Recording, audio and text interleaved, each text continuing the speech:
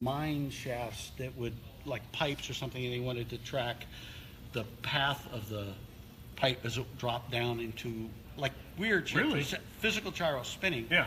And then Mechanical using, gyro. yeah. So that's what I used initially to get Skycam up and running in time. How would they use that? I don't actually know, because I mean, I was just Wow. looking for anything that would do this. Huh. I came up with my own homebrew, crazy conglomeration of sensors to talk to people who were involved in the same. There was, what was his name? I forgot his name now. He did the first autonomous radio control airplane across the Atlantic. Oh, Can't I quite don't come remember up who with it his was. name. In any case, they had to have autopilots. And there were so many things out there. One was electrostatic. I mean, it was just measured the potential. Yeah. You know, it's like, what was it, 100 volts, like between here and ground or something? Very low amperage, of course. So he had some sort of electrostatic amplifier, like that would change and see the difference. Well, it was a little sloppy. It was enough to get across the Atlantic. And he was working if you got enough altitude. well, you need a little buffer. Kind of like MōVI, keep it wide, a little buffer, you know. In any case, he came up with a sensor that he was working on, which I used for a little while. And it was for essentially rate. I don't think acceleration wasn't really a factor, but like rate of change. So how would you know? So what it was actually like a cigarette filter-sized tube, had a couple nichrome wires on one end, and the other little piezo to puff pressure, and I think it was maybe nitrogen, I can't remember, inside. So it would send little waves. Mm-hmm. And if the cylinder rotated one way or the other while they were traveling down, it would cool the nichrome wire more on one than the other, which would change the resistance, and he turned that into rate of turn. Wow. Shit, yeah. I mean, there's so many approaches people have made. So I used that, and that was initially part of the way I did it with Skycam. That little sensor. So you were stabilizing with that as one of the sensors? With that, and also essentially a dampened pendulum for the overall, like, where's gravity? Yeah. It's sort of over a constant. It's within 15 degrees. Something like, but it's roughly, and it can update in a similar way to a gross shifting CG platform. Yeah. Possibly could be done to overcome little things. Yeah. That was like for Skycam, we used the same. We used well, no, actually, I didn't. I ended up using gears originally on big sector gears. I wanted to do just coreless, but didn't really exist, and so couldn't quite do that. But the whole idea was to have. And what? Just for some context, what year did you start working on Skycam? I don't know years. Okay, so I graduated. I know like 3 dates in my life. I graduated high school in '67 and college in '71, so it would have been done like 4 years after that, or so. No, because then I went to graduate school a couple of years, did like freelance. So like 77? Maybe ish, 77, 8, 9, I would guess. Yeah. Something like that. Yeah, and that was Garrett. Yeah. So I'd already established and got to know him, and he knew I was flying helicopters around with and talking to a television station, the CBS station in Philadelphia, about building one for the new lightweight ENG stuff that he had, transmitter stuff. Lightweight. Yeah, so I brought my helicopter out, and he had all his engineers come out for lunch one time, and I crashed, and I landed a little abruptly, and it was just a little, linkage that broke or something, like that, and all the engineers slowly backed away. Let us know when you had that, worked out a little bit, because it was like $250,000 the new trick. He was wild about the idea, though, back then. So if you had shown up with the drone, it would have been all over you, and some traffic reports, weather. He said, I don't care what we do with this, just we'd be cool, we'd be the first ones. Yeah. And there's always that blush. Oh, yeah. So I was doing that, and Garrett was touting the idea way back then, and he had shown me his drawings of essentially a hover, a drone for big enclosed props.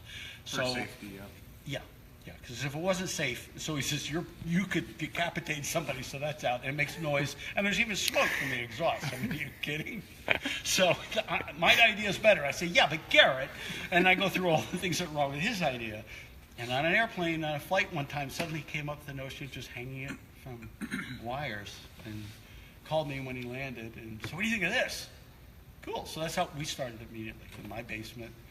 And then in another guy I roped in, similar to what you did, but we only got to about 15 people maybe. Yeah. Before Yeah, the so investor a few space. years ago when we first launched MōVI, Larry came out and said he was going to stay for about 2 hours, and he ended up staying for about 3 days and claiming a desk in the workshop. Yeah, I don't remember claiming, but I do remember taking this thing. This is really good. You guys have no idea what you're doing. Now, let me just, I'm gonna do this, and it's gonna go. I knew it was gonna just go all over the place, and it stayed rock solid level. Oh yeah, but I'm gonna do the circle. This will fuck it up big time, man. It's gonna be, and it didn't. Whoa, what are you guys? That was a great moment. What are you guys doing here? This is awesome. Larry kept going, but hold on. I'm gonna do this, and it's gonna totally ruin your world. Yeah, right. And it wouldn't. Oh shit! I may have to take this more seriously. So yeah, I stayed the rest of the week. Yeah, and either walked away or got one committed right away. That was for Luc Besson. Yeah. And he had, and so you'll know, when I first talked to him about, first, why do you want me to come to do all this? And we got that out of the way.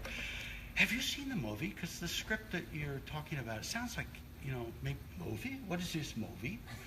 And so I sent him some clips from you guys, and oh, yes, this is perfect. We need this. What's the best way to do it? Should I hire them? And I'm thinking, of course you should hire them. No, let me just go see about the thing in person and evaluate it. And I did. And it's like, this is fucking awesome. I want this. You know what? I think really I should get one, and I should. You would have done a better job. You cut us out. You would have done, yeah. You cut me out. I did, just like that. I could have been your tech. And he was, by the way, I was, yeah. Well, I spent a couple months, couldn't have been that long, between when he said you got to come over, trying to figure out how to control it. And that was what led to immediately doing the wireless wheels, and, which is what made it possible, and all sorts of other things. So, yeah, I should have. But there were even times on that film where a certain shot was required. He said, so why do you think we should do it? I said, and I'm thinking, I know I can do it with Steadicam. I don't know what that's going to do. I think Steadicam's better for this. And that was a shot that has been repeated many times all over the place now, especially with MōVIs, where it had to go from absolute scrape the ground right up following Lucy as she walks through airport corridor, where it comes up to her hair, which then changes color and all that. So I said, we can do it low mode on a dolly, just have the guys push me, and they'll boom me up, and I've done that many times. Yeah. But they weren't used to free running dollies. They were used to the dolly that's just set. So if you have any experience with the dollies, usually they can just unlock the wheels and the rails guide. But if you want to do it free, then you've got to really tweak those wheels and get them really lined up. Otherwise, it tends to turn like as you push it. And not only that, but if you're not used to it and it steers from the back, which way makes it go right? Yeah. Oh, turn it to the left to go right. Wait a minute, that doesn't make any sense. And literally, we did several takes where everything's going good, and then all of a sudden we just come over and smashed into a wall. And the guys are like speaking in French and muttering, and Lucas looking at me like. So after we got done, he said, so now you think maybe MōVI would have been better? I said, yeah. But then I was thinking, how do we move it smoothly? So how do I get it on the Steadicam? And then I would have done it that way, which I did subsequently. It's the same shot. Yeah, and this was around the era where Larry would start sending me these crazy contraptions he had built to merge the Steadicam and the MōVI. Make the two. If we could only distort the world enough. Yeah. How do you do that? I mean, even now, like I think one of the great, I've seen many, but what's the movie with Michael Keaton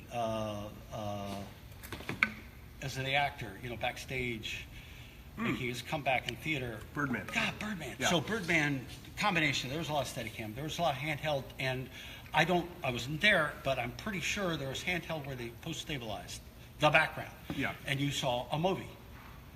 You saw this and that. Yeah. So you can do either way, right? There is no way, I don't think, at least even digitally, to take out that problem of physically moving in space. And you'd either have to be locked to a foreground, you could do that, or the background, but not both. Yeah.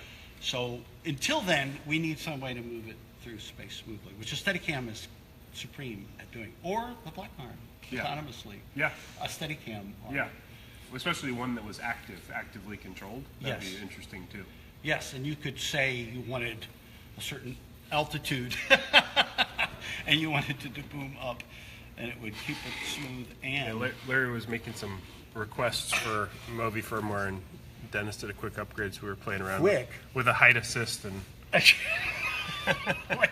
I don't know when he was gone and came back, but yeah, the biggest, most exciting to me though was he showed that we could actually put the tuning of like window and smoothing and window. Smoothing. 'Cause that'd be my dream. So many times trying Majestic, I get them, gee, a little less window would be better. Yeah. Or a little, if I could just, you know what, I really need more response. There's too much smoothing here. I need less, so it'll just come to a stop. And if I could just do that during a rehearsal and then ready. Yeah. So I think that's Any very comments? exciting. Any questions? Just lots of praise. Oh, For who? for me, right? Should. How you maintain this atmosphere of creativity and concentration and imagination and unbelievable. Yeah, Unbelievable. it's a wild place. Yeah. It's changed a lot since Larry's first. Yeah. So now he comes out, True. and we talked to him about all the new products that we're making, and he says, "Oh no, that won't work. That won't work. You got to fix this. Got to do this. Got to do this." So he comes in, and in course of a couple hours, resets the product roadmap. Gets us back on track, and away we go. Yeah. Yeah. This is pretty cool, though. It's What, becoming. What have you done interesting lately in camera movement? You were talking earlier about like a device to keep Steadicam horizons level. Oh yeah, a wave. Yeah. Yeah. Which is, I got to think, revolutionized. There's so many attempts to refine now what Steadicam does, build on that, and there will be, as you are already doing, in an accelerated fashion for this, especially since so much of this is firmware based, and that sort of thing can be done quickly and easily. Steadicam is a little more difficult to do a quick change, other than a day in the machine shop and come up with a few things. What Tiffin's doing with the Volt, to me, is fucking, that's the next place. I don't know what that is. What is the Volt? Jim wants to know if he can borrow your pickup truck. For what? For what, Jim? No more of those dead, you know what I'm talking about. God. He's not working right now, so I don't know what he's going to get involved in. Jim. But yeah, very exciting. It'll be out in the market very soon. They use Kickstarter, which was interesting for funding to get it. But it's the challenge always for me is about isolation of my movements and not losing any contact with the camera at the same time. Yeah, you have So how do do that? two opposing constraints. You do, right? and the Volt bridges them, which is interesting because what it does is to develop what they call artificial inertia. And I can't see that, there's a crossover possibly between worlds here.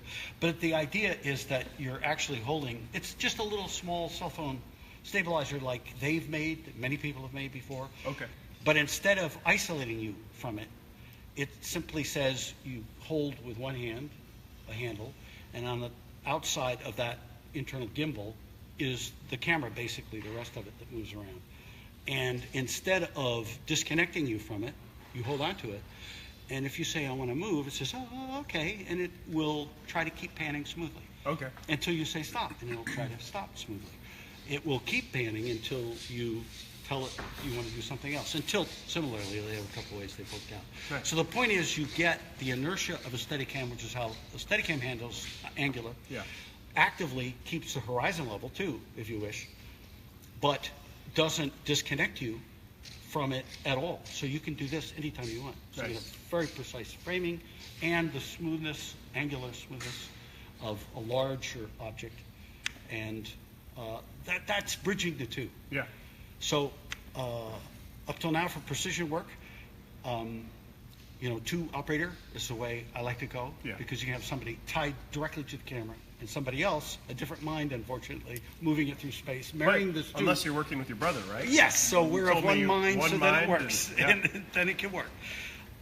But the Majestic mode is got that inherent problem. If you have a way to quickly change the parameters on the fly, even as you're checking it out, you could probably find a place where you get enough response and enough isolation. Yeah. The right compromise. Yep. But if you could avoid any separation, that would be even better. Yeah.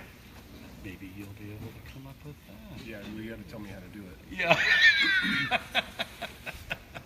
Well, all the time now. So next week, it something's gonna needs to come be out. perfectly stable when you want it to be perfectly stable, but then you need to have perfect control when you need perfect control. Yeah, but both at the same time. Yeah.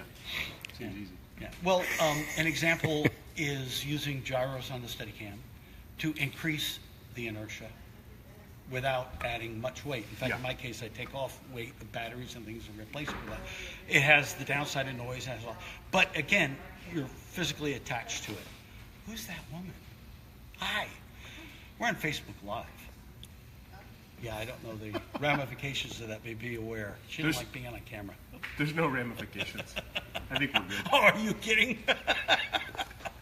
Can bring down. My favorite part of this dictators. Facebook Live was when Tom asked if he could borrow your truck. Jim. Jim. Right. Oh, if Tom wants, that's different. Oh, Tom's good to go? Yeah. All right. Thanks, Larry. Yeah. All right. Everybody. Thanks, you.